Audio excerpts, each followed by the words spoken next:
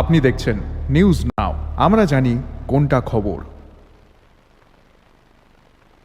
Police ने 16 करोड़ रुपए के भ्रष्टाचार के मामले में गिरफ्तार किए गए यूको बैंक के अगरतला ब्रांच के कैशियर रामायणी श्री मोल को अदालत के हवाले कर दिया है। उसे शुक्रवार देर रात गिरफ्तार किया गया और शनिवार सुबह अदालत के हवाले कर दिया गया। एएमसी से जुड़े वित्तीय धोखाधड़ी के मामले ने राज्य के प्रशासनिक और बैंकिंग हलकों में सनसनी फैला दी है।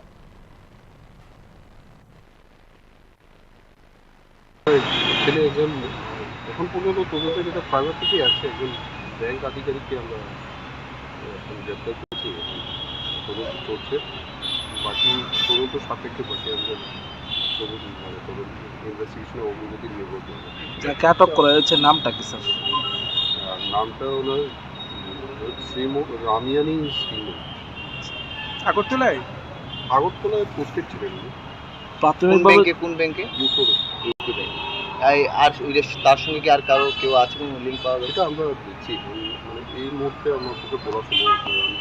তদন্ত চলছে, বাকি যে আপডেট বলে আমরা আপনাদেরকে